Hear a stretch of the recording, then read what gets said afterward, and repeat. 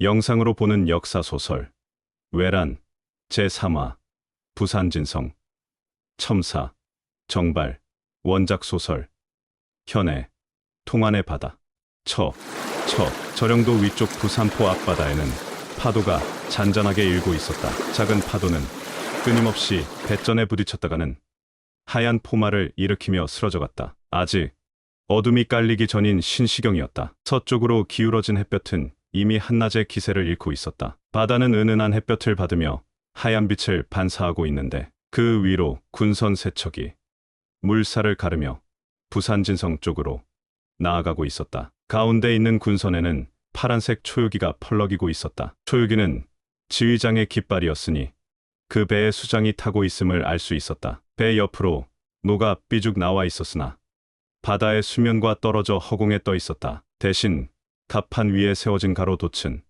넓게 펼쳐진 채 바람을 받아 크게 펄럭이고 있었다. 순풍을 받은 배는 매끄럽게 바다 위를 미끄러지고 있었다. 저게 먹고 배들 아이가 외놈들 세견선인갑다. 세견선이 와 저리 많노. 가져갈 물자가 많은갑다.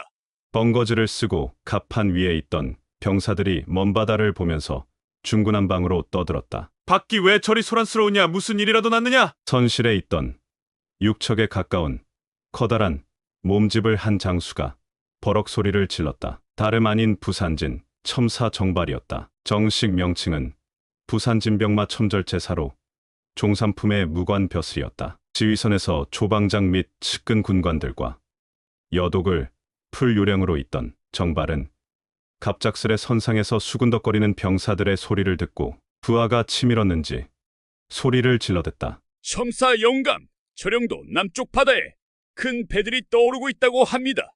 조방장 이응순이 밖에서 들어오면서 보고를 하였다. 그는 머리에 적색 털로 장식한 전립을 쓰고 있었는데 머리에서 전립이 떨어질세라 왼손으로 받치며 고개를 숙여 선실로 들어왔다. 보고를 하면서도 바깥 동태가 염려되는지 그는 연신 바깥쪽으로 고개를 돌렸다. 웬 배들이 떠 있다는 건가? 송구스럽습니다. 처음 보는 배들인데 큰 배들이 많습니다. 성에 돌아가는 즉시 순시선을 띄워야겠습니다. 외국에서 오는 세견선이 아니겠느냐?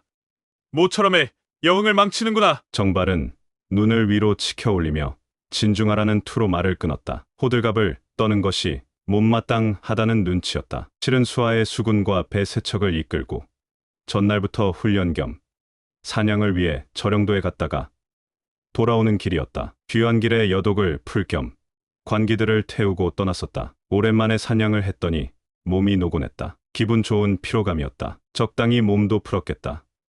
이제 주안상이 차려졌으니 풍악을 울리도록 하고 관기들을 끼고 술을 한 잔 마시면 쌓였던 피로가 절로 풀릴 듯했다. 그런데 다 된 밥상에 코 빠뜨린다더니 병사들이 밖에서 웅성웅성 소란스러워 제지하라고 내보냈던 조방장까지 돌아와 호들갑을 피우니 정발은 모두가 마음에 차지를 않았다. 돌아가서 군관들을 시켜 조사하면 될걸.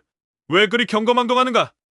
에이! 그는 모처럼 마련한 여흥 자리가 파괴되는 것 같아 안타까운 마음에 혀를 끌끌 찼다. 죄송합니다. 세견선 치고는 조금 의심쩍은 데가 있어서 그랬습니다. 송구한 마음입니다. 뭐 하느냐? 이것들아 어서 술잔을 채우고 풍악을 올려봐라. 예, 나으리. 그럼 불로장 생주부터 올리겠습니다. 말이 떨어지자 주안상을 앞에 두고 눈치만 보고 있던 3명의 관기들이 기다렸다는 듯 두 손으로 술을 따르면서 입으로는 코맹맹이 소리를 내며 아양을 떨었다. 조방장 이응순도 하는 수 없다는 듯 주안상 앞에 붙어 앉아 술잔을 받았다. 한편으론 불안했지만 상관인 첨사의 비위를 거슬렀다가는 무슨 불호령이 떨어질지 알 수 없기에 그냥 세견선이라 여기며 술잔을 들었다. 나으리, 죽 들이키십시오. 얼굴이 동글동글하고 귀엽게 생긴 예양이라는 기생이 잔에 찰랑찰랑하게 술을 따랐다. 첨사가 술잔을 들이키는 것을 보고 이응순도 에라 모르겠다는 심정으로 술잔을 들어 입에 부었다. 그때였다. 아닙니다.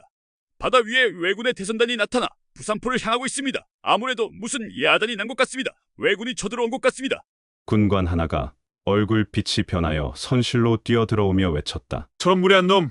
못이 어쨌다고? 정발은 잔치상에 재를 뿌리는 군관이 미워 먼저 무례를 꾸짖었으나 왜군이 쳐들어온 거지라는 소리가 귀에서 여운을 남기자 뒤늦게 그 의미를 알고는 정신이 번쩍 들었다. 너 이놈 외놈들이 쳐들어왔다 했느냐? 네, 틀림없습니다. 거짓이 드러날 경우 경을 칠 줄 알아라. 어느 안전이라고 제가 함부로 실없는 말씀을 올리겠습니까? 군관은 얼굴색이 하얗게 변해 정발의 말에 대답하며 어서 빨리 선실 바깥쪽을 나가 보라는 듯 연신 고갯짓을 하였다. 도대체 무슨 일이란 말인가? 정발은 믿을 수 없다는 표정으로 이응순을 흘끗 바라보았다. 이응순은 말을 입 밖에 내진 않고 눈만 멀뚱멀뚱 뜨고 있었다. 정발은 다급한 마음에 안주와 술이 놓여있는 주안상을 훌쩍 뛰어넘어 허겁지겁 선실 밖으로 나갔다. 군병들은 정발이 선실에서 나오는 것을 보고는 일제히 저령도 아래쪽을 가리켰다. 그 손끝이 닿는 곳은 저령도 앞 먼 바다였다. 정발의 눈길이 머문 바다 위에는 이미 왜군의 병선이 새카맣게 뒤덮여 있었다. 저게 무엇이더냐? 왜군의 병선인 것 같습니다. 저런 죽일 놈들! 감히 여기가 어딘 줄 알고! 여봐라! 즉시 성으로 배를 몰아라! 꿈을 대지 말고 서둘러라! 철썩 곧바로 바다로 녹아내려졌다. 바닷물이 사방으로 튀고 수부들은 배 밑층에서 부지런히 노를 저었다. 세 척의 판옥선은 빠른 속도로 육지를 향해 나아갔다.